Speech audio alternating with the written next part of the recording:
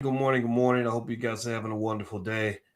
Good to see you. My name is Dr. Boyce Watkins, and I want to say welcome to the Black Financial Channel. Today, we're going to talk about Tyler Perry and T.D. Jakes. T.D. Jakes is going to buy a big chunk of land. He's making what I think is a $1 billion move with Tyler Perry, and I'm going to give some insights into what I'm seeing here, as well as a comment that T.D. Jakes made that I think is worth sort of exploring. So get comfortable, buckle up your seatbelt.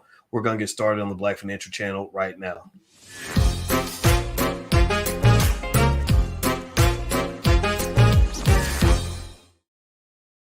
Welcome to the Black Financial Channel. That's theblackfinancialchannel.com. My name is Dr. Boyce Watkins. I am your friendly neighborhood finance professor. On the Black Financial Channel, we talk about Black wealth and Black economics every day, sometimes as much as 10 times a day.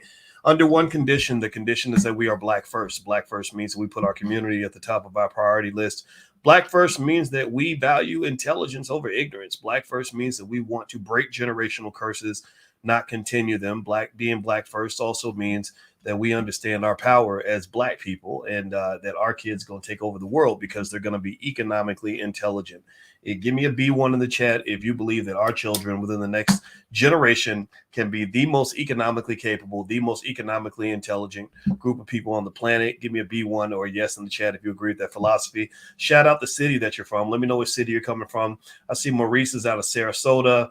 I see motivational science. He says, let's go. We are going to go. We're going to go at it, man. We're going to jump right into it. I want to say hi to everybody on Instagram. My Instagram is The Real Boyce Watkins. So feel free to follow me on the gram. If you want your thinking to be challenged, I'm not going to, everything I say, you're not going to agree with, but that's okay, because that means we're having healthy debate. Okay. I see Harlem and Brooklyn. Albuquerque, New Mexico, Columbus, Ohio, DC, Chicago, Birmingham, Alabama, Charlotte, North Carolina, Qatar. Evans is out of Qatar. What's going on in Qatar? Long Beach, Miami, Compton. I always have to do that. Tallahassee, DMV, Tampa. What's going on? Tacoma, Washington, Oklahoma City. Good to see everybody. Glad you're here. All right, so let's jump into it. Give me a yes or no if you heard about this. T.D. Jakes is actually making a pretty impressive move. He's actually going to buy, like, I think 132 acres of land right next to Tyler Perry in Atlanta. I think it's awesome. I just will say, I think it's the coolest thing in the world. Did anybody else hear about that? Give me a yes or no if you heard about that.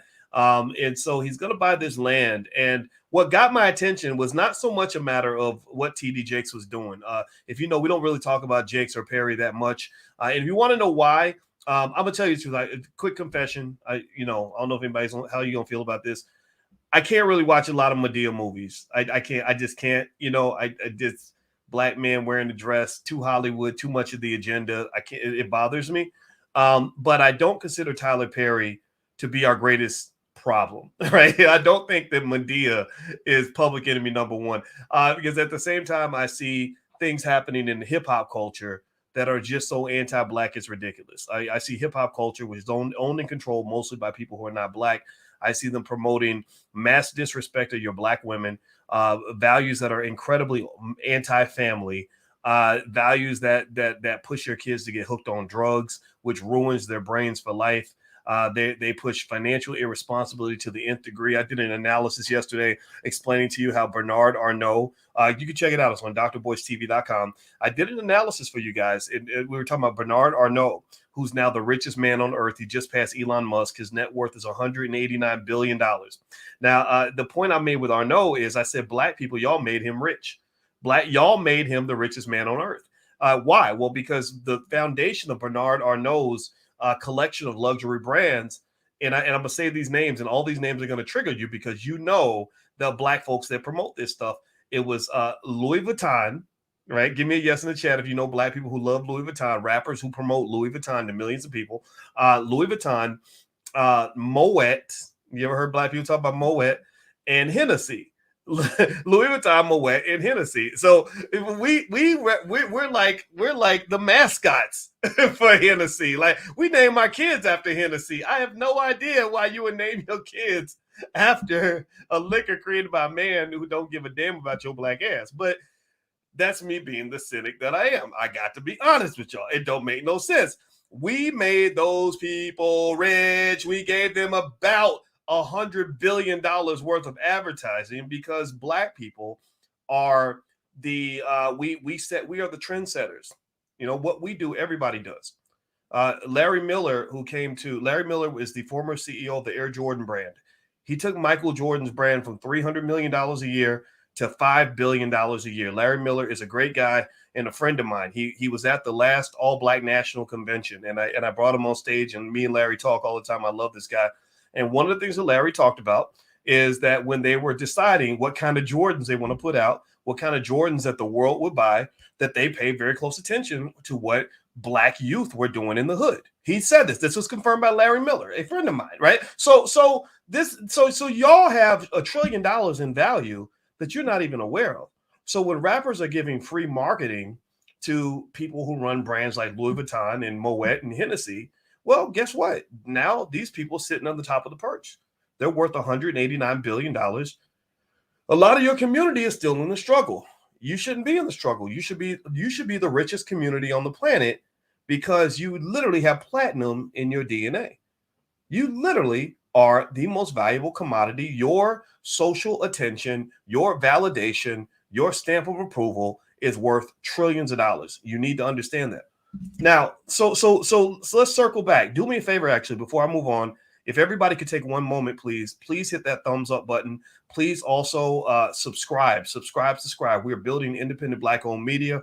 We reach 1 million Black people a week. We're up to about a couple million subscribers across a few different platforms. I'm really proud of that because we did it on our own, and we're making things happen. So if you could hit the subscribe button and also notification bell, so you'll be notified. That's very, very important because if you don't hit the notification bell, they will not notify you when we go live.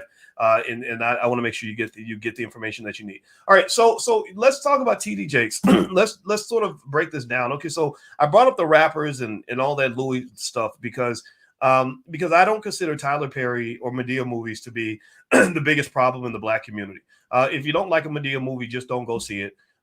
Tyler, I only met Tyler one time. I never met TD Jakes. I met Tyler once. He called me. I told you the celebrities. I don't usually call the celebrities. They call me. He called me in 2014 because I was on the CNN segment and he wanted to talk to me about it. And we talked, and he was a very nice guy. And I liked him. I really did. I did a tour of Tyler Perry Studios once, and it was beautiful. This was the old studios. And Tyler set that up. His number 2 in command took me around for 2.5 hours. And I took my goddaughter, Madam President, and we had a great time. And it was really awesome. And so I really like Tyler Perry in general. I like what he's trying to do. I don't watch everything he does, but just like I'm sure he wouldn't watch everything I did. So that's totally fine. And then when I look at TD Jakes, I see a guy who is a natural ally to a Tyler Perry. Their dominant audience tends to be Black women who go to church, right? That's pretty much, and that's a very strong, loyal audience. Black women, ain't nobody more loyal. Give me a yes or no in the chat if you know what I'm talking about.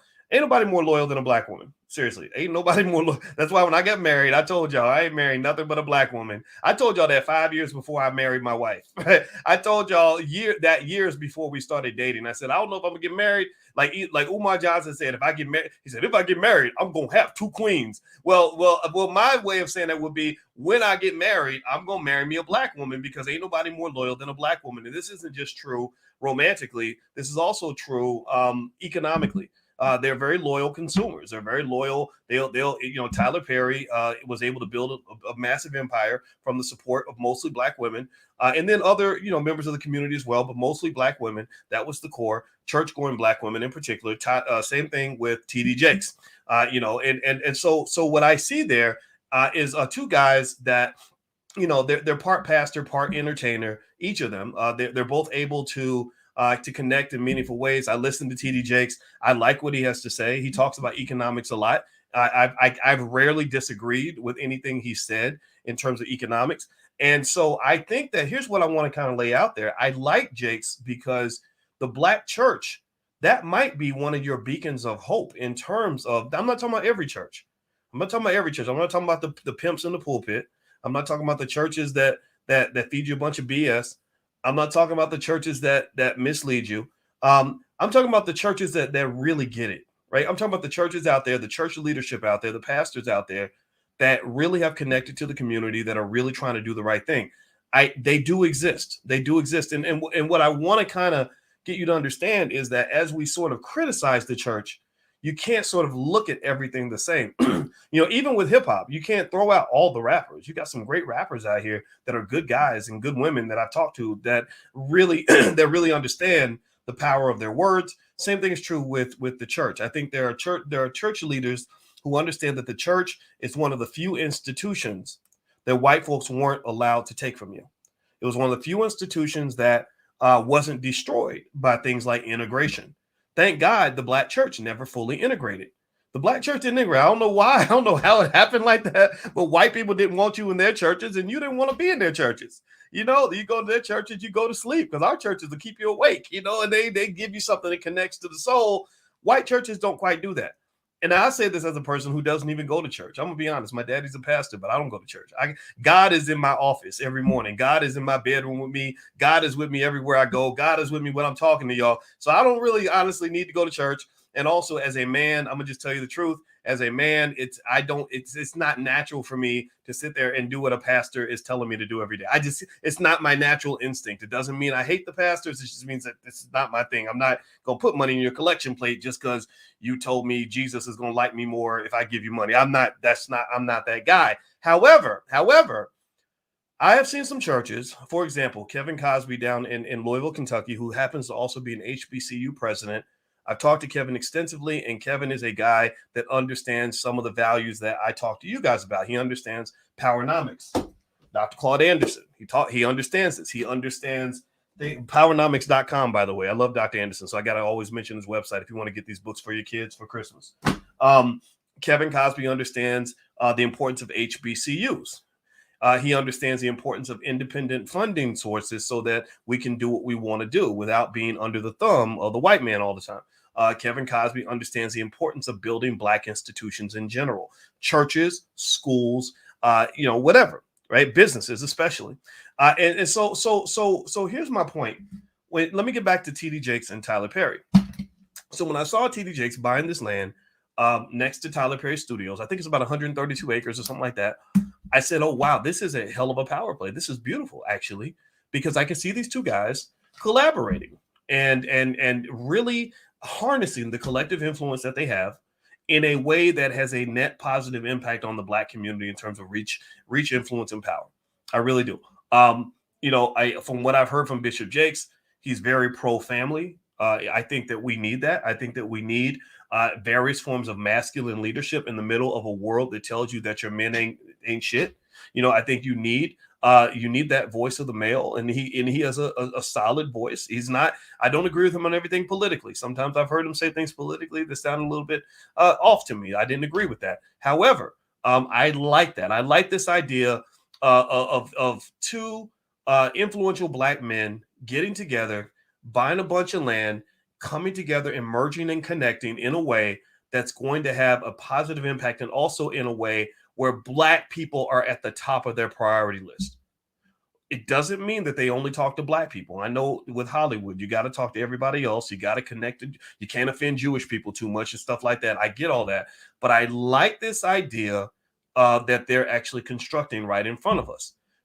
T.D. Jakes, I guess, sat in a meeting with Tyler and said, if I buy 100 acres of land right near Tyler Perry Studios, you have 330 acres. I get another 130 or whatever. We've got almost 500 acres of land between us, as well as the fact that we're going to be there gathering all kinds of economic and political power. We're going to be making movies down there. We're going to be doing all kinds of stuff that's going to revitalize that community. And let me tell you what the kicker was. And this is what led me to do this podcast about what Bishop Jakes is doing.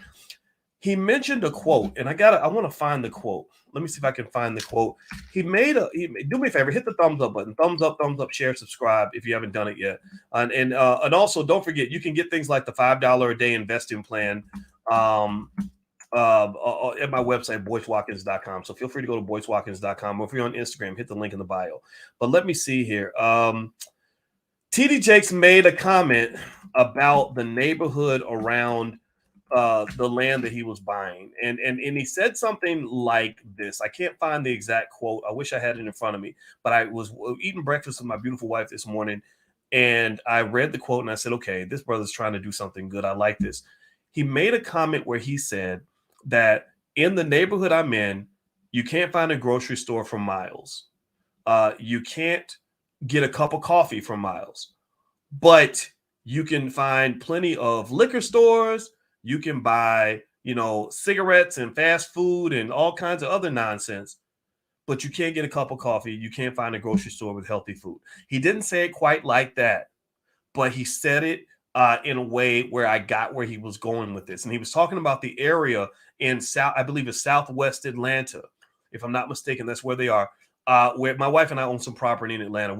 Our next move is going to be to Atlanta, because Atlanta is a wonderful place with amazing people, and I appreciate y'all in Atlanta that support us. When I go to Atlanta, there's so much love there, and it's overwhelming. I love you for that. But that area of Atlanta, he was talking about the poverty there. He was talking about the fact that there's just this chaos in our communities where it really is just this economic desert. And I really like the fact that he mentioned this, because it showed me that he probably has some sort of plan to try to address this through cooperative economics. I love that a lot. I don't hear a lot of rappers talking like that. I hear a lot of rappers talking about themselves. I hear a lot of rappers talking about their babies' mamas. I hear a lot of rappers talking about how much money they spent and gave away to Louis Vuitton. I hear a lot of rappers saying things that are unhealthy and destructive. And maybe it's because some of them are young. I don't know. Bishop Jakes is an older, he's 50, 60, 70. I don't know how old he is, but he's saying the things that you need to hear in your community, because these are the right ideas. Let me tell you a little story. My beloved grandmother, Felicia, who we named our panther after her. The Black Business School panther is called Felicia. I named her after my grandmother because she was the first person to teach me about economics and compound interest and all that. She never made more than $22,000 a year. Despite the fact that she never made more than $22,000 a year, she always had money, more money than everybody in our family. She had perfect credit. She had zero debt. When she died, all of her arrangements were made, all the way down to the color of the dress, the cardinal red dress she wanted to wear in the casket. That's how together my grandma was. Single mother, raised 5 kids by herself. Shout out to her and all the other strong Black women out there that really made things happen. I think the term strong Black woman is a compliment. I don't think there's anything wrong with being strong. Just let us help you. That's the point. So my grandmother died in Atlanta. In the last time I saw my grandmother, or we did something together, I spoke in Morehouse College. My grandmother went with me. I saw her flirting with the Morehouse president, and I thought that was great because she thought he was cute. And I didn't know that was going to be the last time my grandmother and I would get a chance to do something together. So my grandmother eventually died at Emory Hospital in Atlanta. She got buried in Atlanta. And I said, when I was in Atlanta, my wife and I, you guys know, I went on my fitness journey, and my wife kind of got me running and everything. And so I looked on a map. I said, it would be fun to do a pilgrimage on our run today and to see if I can run to my grandmother's gravesite. So I looked on the map, and I didn't know what neighborhood that my grandmother's grave was in. I had no idea. I just looked and saw on the GPS, okay, her grave is here, the cemetery's here. Called my Aunt Valeria. She told me where she was buried. And I pinged it, right? And I said, ooh, this is going to be a long run. It's going to be 6 miles out and 6 miles back. But, your grandma will give you that inspiration. She get, to do what you got to do, right? So I was like, I got to see my grandmother. So my wife and I went on this journey. I promise you all this story is going somewhere. This goes back to what T.D. Jakes was talking about. So we didn't know that we were running through like the hood. We were in West Atlanta, and I mean, like a little bit past downtown, past that new stadium and everything. And we didn't know we were really kind of running through the hood. I remember I was running, and people would drive by and they're like, "Hey, Dr. Boyce," people would see me or whatever, recognize me. I'm like, "Hey, what's going on?" And I'm huffing and puffing and trying to keep moving. And I remember hearing a guy, he stopped me and we talked for a minute. And he's like, yeah, I do the Black Business School and everything. And I was like, yeah, that's cool, man. And he said, man, Dr. Boyce, I didn't know you'd be kicking it down here in West Atlanta. And me and my wife were like, what's the big deal about us kicking it down here? Like, wait, are we in danger? Are we gonna get shot today?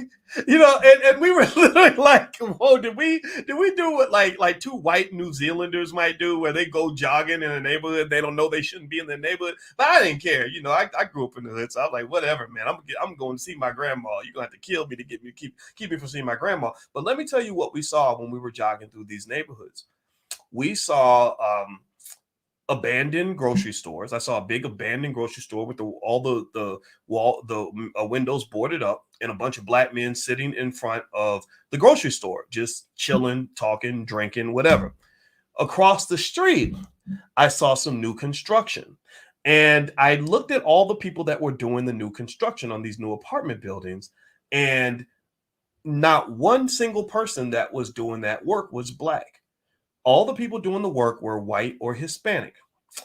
Then I was running and we saw torn down buildings, abandoned houses, everything else. There was one street that looked like a fucking war zone, and everything was kind of torn apart. And except in the middle, there's this big, beautiful, shiny church, perfect gated, had a big gate around, if I'm not mistaken. Big, beautiful, shiny, like they just ran through millions of dollars, but everything around it was like completely destroyed. And then I saw, I got thirsty and I got some Gatorade, and I stopped at a corner store to get some Gatorade, the only one that I saw almost the whole entire trip. And it was run by an Arab guy who had bars on the windows. And this, to me, this experience made me say, okay, does anybody else see this? Like, here we are in Atlanta, the so-called Black Mecca and everything else. Does anybody see this but me? Like, why aren't, with all the famous celebrities we got in Atlanta, all the wealthy Negroes, all the high-profiling black people on these reality TV shows and everything else, sitting next to the mayor one minute, the governor the next, black candidates running for major offices, why did I just see what I just saw? Like, what is going on? I saw a grocery store with an abandoned grocery store with a bunch of able-bodied young black men. This is your future. These are your youngest, most energetic young black men sitting there doing nothing. And across the street, there's a construction site with a bunch of people doing the work, and not one single person is black. So they literally are coming to the hood to get their bag of money, and then they're going to leave and go back to wherever they live. And this bothered me a lot. I remember I talked about it when it happened. And so when I heard that comment from Jakes, where he talked about the fact that you couldn't find a grocery store for miles, when he said you can't even get a cup of coffee for miles, but yet you can go to buy liquor if you want to. You can buy cigarettes if you want to. You can buy fast food if you want to. That's giving you all the strokes and the heart attacks and the diabetes and the heart disease and everything else. And that resonated. That made me think about that day I went to go see my grandmother. And they say God just puts things in your life and has you go through certain experiences because he's connecting the dots for you. So the dots were connected for me, and it made me say, wait, something ain't right here. Something ain't right. And what I like about Jake's comment, and I applaud him for making this statement, is that awareness is that first step to really starting to make that move and correcting the issue. A lot of us just see these things and we just act like there's nothing we can do. That's just the way it is, and that's all there is to it. I don't agree with that. So my hope is that as Bishop Jakes and Tyler Perry and whoever else they attract, that they come into the space. Remember, it's not just what they have, it's what their friends have. It's the connections all their friends have. Their connections to corporations that claim that they love black people. Well, if you love black people, then support their $100 million, billion-dollar project that they're going to create in these black communities that will create jobs, opportunity, and possibility for everybody. If you really care about black people, if black lives really matter to you, then you should be willing to write a damn check. Don't tell me nothing about how much you like black people. Don't tell me how much you respect black people. Don't tell me how much you want to be my friend. Don't even say a damn word to me. Save your energy and just use all that energy to write a damn check. If you write a check, then that will be thank you enough. I don't need your validation. I don't need your friendship. I don't need to hold your hand and say we shall overcome, because we have a community that is bleeding in every single way imaginable. We have an emergency. We got to do that triage like they do in the hospital. We have an emergency situation, and it's been like that for years. And we've got to address that first before I can get around to put my arm around you and being your buddy. So what I really liked about what sparked my mind and what led me to do this conversation with you guys, and I got to go. My mama's in the hospital, so I got to go check on my mom and whatnot. So I'm about to get on the airplane for that. But I stopped to do this conversation with you guys because I wanted to just publicly say that I really support the possibilities of guys like the Jakes and the Perrys. Remember, they're not the only two mega pastors out here. I mean, Tyler Perry's kind of a mega pastor in a way, you know. They're kind of in the same space, you know, kind of the same way rappers and athletes hang out. You know, I can see Tyler Perry and T.D. Jakes hanging out like that because there's an overlap in their audiences, an overlap in what they do. But they're not the only mega guys, mega women out here. There are mega pastors all over this country who I believe want to do the right thing. There are filmmakers, there are entertainers, there are other people. You might not be an A-lister, you might be a B-lister, a C-lister, a D-lister, or an E-lister, but everybody should be thinking this way in terms of saying, how do we get together and do something awesome together? You know, like when Jay Morrison created the Black House down in Atlanta, I know about the controversy with Jay. I see all of that, but I didn't care because I know Jay directly and I love that guy. I think he's awesome. He's always been very friendly toward me and supportive. So I said, you know, let me just do a little something to support what you're doing, to throw my weight behind what you're trying to accomplish, because I've been to the Black House. And if you ain't been down there, man, I encourage you to check it out. It is awesome. The Black House is an awesome place, you know, right? And so to me, it's like when we see somebody at least trying to do something, even if they're not doing it perfect, if they're getting something done, how about you pop in there? It's like football. You know, when the running back's running through the line and he's getting tackled and he's trying to push forward, then the linemen come up and they push behind the running back. They run, everybody runs to jump in, or you see your teammate making a tackle and they're having a hard time with the tackle, well, you jump in and you help them finish the tackle, right? So the same thing is true with our community. When you see another Black person at whatever level you're on, and they're trying to make things happen, they're moving some things forward, or maybe they're holding a little conference on Black positivity and they only got 8 people to come to the conference. Well, bring your friends, and then instead of 8, maybe you'll have 15, right? You know, just jump in and help. Empower yourself. That's what I want you to do. I want you to understand that in this game that we are fighting, in this war that we are in, it is an economic war. It's a spiritual war. It's a war of information. So it's a war on every single level. It's a war for your family, a war for your soul. In this war, we can't have no bystanders. We can't have no spectators. We can't just have people to sit back and become cheerleaders. Everybody has a role to play. Just like the church is an institution, and T.D. Jakes has a very big church, and I have nothing against that church. I think what he's doing is good. I don't go to church. I ain't gonna lie, but what he's doing, I support it. You have an institution around you. Anybody got kids? How many parents we got in the building? Give me a yes in the chat. I'm gonna make this point real quick. Then I gotta go. How many of y'all have kids? Give me a yes in the chat if you have children. Say the names of your kids if you want to in the chat. Okay, we got a lot of parents in the building. If you're a parent, then that means you are the CEO of an institution.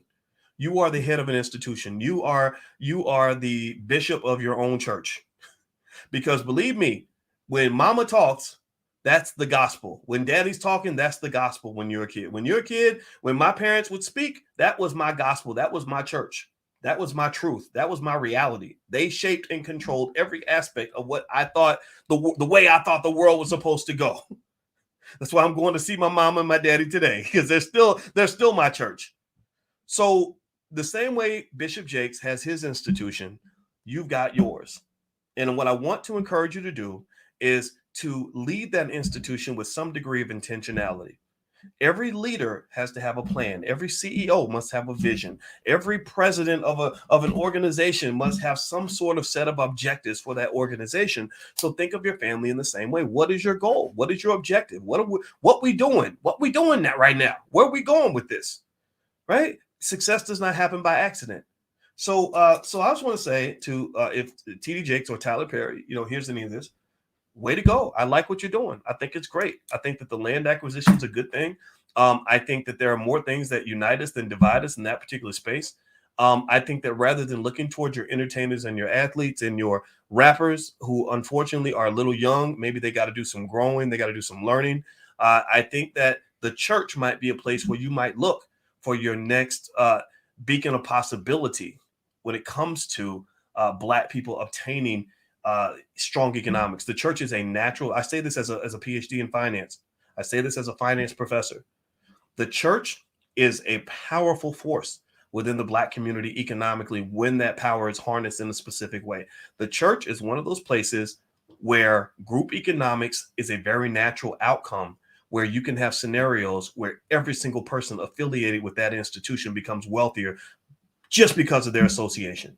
Some of y'all already know this. Some of you may not know this. Some of you may not agree. Maybe some of you see same things I see. Some of y'all see shenanigans that happen in the church, and believe me, I see them too. I see them too.